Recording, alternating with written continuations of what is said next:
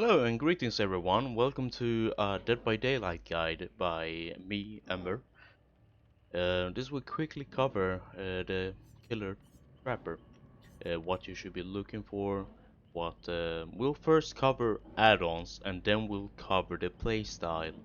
Then afterwards we'll cover what perks you really should be looking for. Anyways, let's go straight into it. The trapper, at least my go-to build, let's show that first, is this one. Let's first cover the perks. Let's first go to a customized lobby so we can show everything. So when it comes to perks, you have the common, the uncommon, the rare, the very rare, and the ultra rare, and events. What you should be looking for in common add-ons, or brown add-ons as mostly called, is trapper gloves and trapper sack.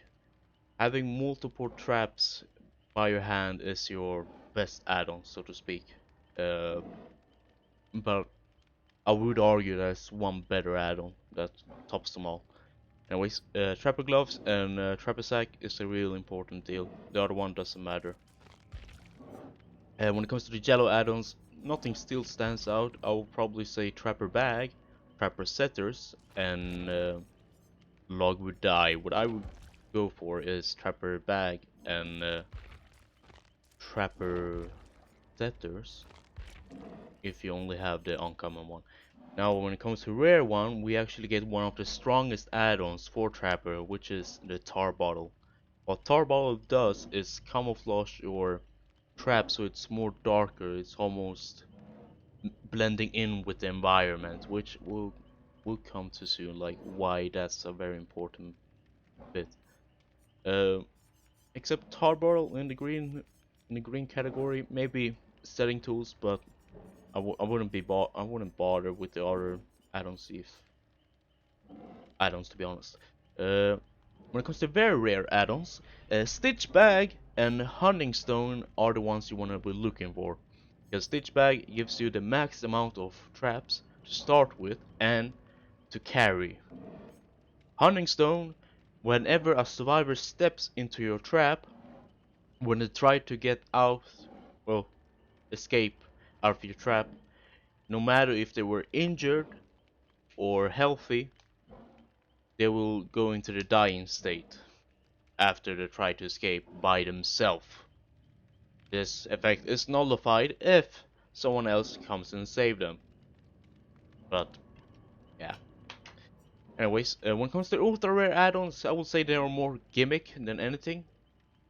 It's up to you. Like I personally don't use the ultra rare add-ons. I'm fine with the tar bottle and the trapper bags. And yeah, that's about add-ons. Now let's go to perks. Perks. What perks does our big boy trapper man here, Evan Macmillan, is his lore name, starts with? Well, he starts with the cover here quickly. Unnerving presence. Whenever survivors are in your aura, just to quickly mention, teachable perks. The difference between perks and teachable perks is that teachable perks are like the three iconic perks that, or the three perks that this killer comes with, or survivor. Teachable means that you can later on, when you have reached level 35, wait, sorry, 30, 40, no, goddammit, 35, 30, 35, and 40, you'll be able to teach these perks to other killers so they can also have it. uh, what perks you should be looking for? Well, your early game will be your weakest time.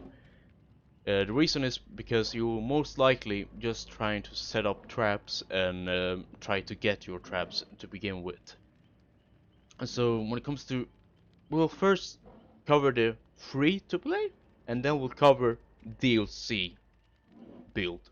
So on to free to play, I'll probably say Sloppy Butcher, a really good one.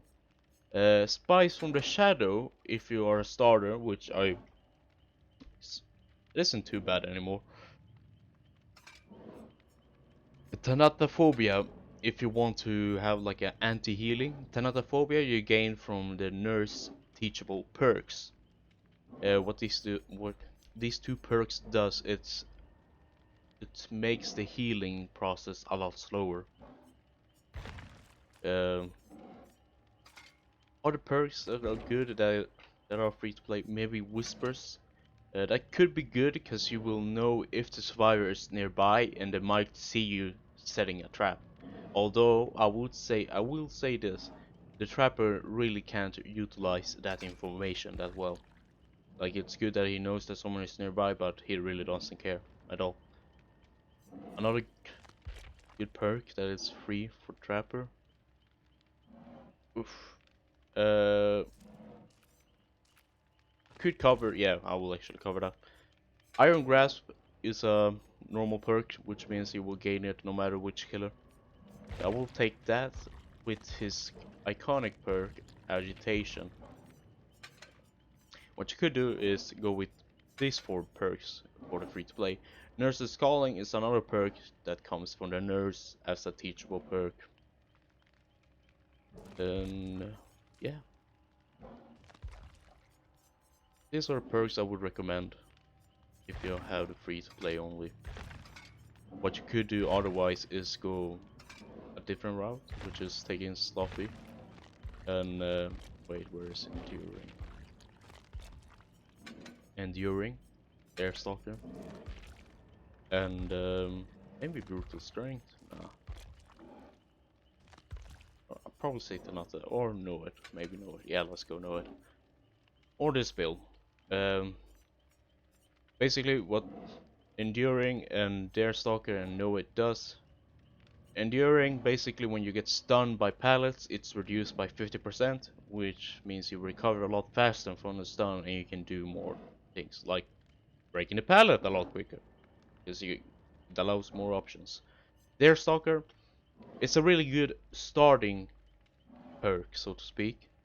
Later on, when you get used to this game, after playing after, I don't know, let's say 2000 hours, you will have roughly an idea where they are. But what their slugger does is when the survivors are on the dying state, you'll be able to see their aura if they're on the ground within 36 meters around you.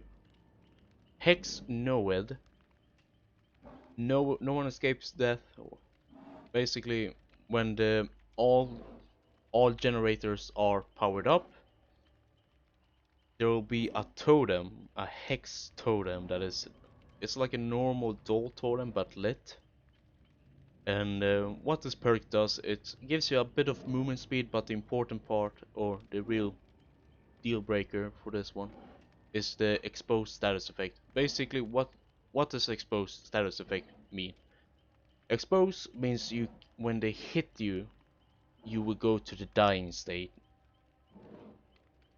So Hex Noel, when all the gens are powered up, you can just one hit the survivors. One thing to mention, this is a hex perk, and hex perks can get denied by the survivors if they A, find the hex perk and destroy it, or B, destroy every totem so the hex perk can't spawn or appear, like Noed for example. What does this mean? Well, you basically have a useless perk slot. Anyways, let's go quickly to the DLC ones, which I would recommend. If you like Enduring, I'll strongly recommend getting the Spirit Fury, which is from the Spirit chapter, which I cannot remember the exact name of the chapter. But Spirit Fury, basically when you break pallets, well, 2 pallets. Wait, let me. Level 1, you need to break 4. Level 2, you need to break 3. Level 3, wait. Yeah, level 3, you need to break 2 pallets. Basically, after you've broken 2 pallets, and the next time you get stunned by a pallet, it gets instantly destroyed. That's a really good combo with Enduring, which reduces the stun duration. Anyways, let's go to the perks. I will continuously. Personally, I like Sloppy Butcher, but it's up to you if you want to have anything else. Say the best for last. You gain from the shape teachable perks. Michael Myers. It's a yeah. I can't remember the name of the DLC. I think it was Halloween, something like that. Say the best for last. The reason for this is because what you will be doing as the killer, as trapper, after you place your traps, all you will be doing is A, strategically moving survivors towards your traps, or B, just hitting survivors. This reduces the hit animation afterwards, which allows you to recover a little bit faster after you hit, which means you can hit people more often or quicker, so to speak. Uh, and then my go-to two perks that I really like on almost every killer is Barbecue and Chili, which is from the Leatherface DLC. What Barbecue and Chili does, oh yeah, quickly before I forget, say the best for last. This is you gain a token each time you hit a survivor. When you get all 8 token, you get the full effect of say the best for last. So you take 8 token, well 8 multiply it by 5%, and then you get exact the amount you reduce your attack. One thing to mention, if you hit the obsession, which has the spider legs like you see here, you will lose a token. That's one thing to mention. Barbecue chili, what does it do? Well, when you hook up a survivor, you will see all other survivors that are further than 40 meters away from the hooked survivor where you hooked him. You will see their auras for 4 seconds, unless they have a perk that nullifies it, or if they are in a locker. But the big deal with barbecue and chili is the blood points. Each time you, well, not each time, after you hook every survivor once, you gain the maximum amount of 100% more blood points at the end of the game, which is really good. And then for second, to compromise the weak early game that Trapper has, because he was setting traps, is Corrupt Intervention, which is also a DLC that comes. No, it's also a DLC that comes from the Plague as a teachable perk.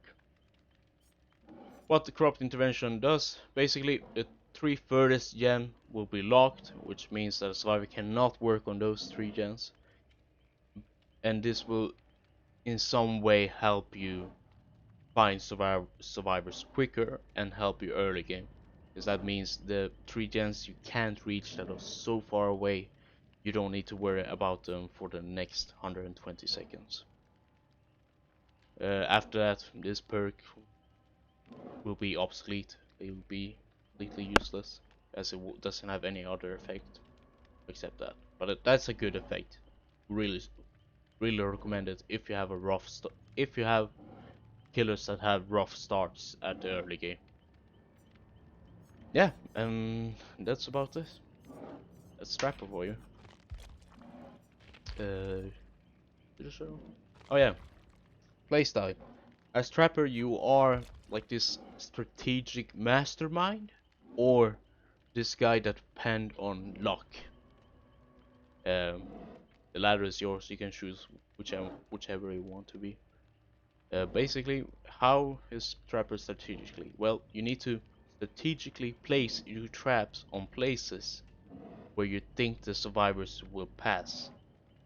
This will be, for example, in next to pallets, or in loops, or yeah, on loops that are really strong against you. But where I would recommend putting your traps is inside of grass. So whenever you see a bit of grass, I would recommend putting traps that inside of on top of grass, but also nearby a gen. The reason why nearby a gen that is not finished, just to clarify it, is because survivors, the only way survivors can win in this game is two reasons actually. Sorry. One is key, and second one, which is the most common one, is generators. They need to finish all 5 generators so they can escape through the exit gate. And putting traps nearby dens, which survivors need to escape, you have a high probability of a survivor stepping on one trap. But I would recommend placing near gens that are not finished, on top of grass. If you can, try to not make it obvious spots. What do I mean with obvious spots? Where there's one, for example, in the killer shack, the window, for example. That's a very common trapper spot. Or any other where, or anywhere else where there is a guard pallet. Guard pallet means there's no way around it. The survivor had the advantage of dropping the pallet, and you have to break it no matter what. Offerings, we really don't need to cover this now, or at all. And did I say about? I I can't remember if I said about his teachable perks. Well, these are Trapper's teachable perks. First one, unnerving presence. Basically, when they are inside your terror radius, their skill check bar will be reduced, and the odds of triggering skill checks are increased. Yeah, so when they're nearby you, they in some way start to panic-ish. I wouldn't really call it that, but they have more skill checks when they're inside your terror radius. Brutal strength, really, honestly, it's a-okay. Uh, It's a good perk, but not wow, that's amazing. No. Neither is unnerving presence, I just want to point that out. Unnerving, you basically break walls and pallets and kick gens a lot faster. Up to 20%, which is noticeable. I just want to point that out. And this last one, agitation. Whenever you carry a survivor, you will have increased movement speed, and your terror radius will increase by 12 meter up to a second.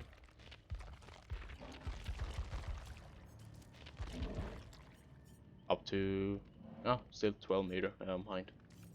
And yeah, that's about Trapper. Hopefully this guy will help you. And if you have any questions, or if you want me to cover his lore, which if you want to know the guy you see right here, his real name is Evan Macmillan. And yeah, like I said, if you have any questions, just drop it down in the comments below. I'll answer as fast as I can, but I gladly help. And yeah, that's about Trapper. Hopefully it helps someone in the trapping. Anyways, have a good one, folks. Take care.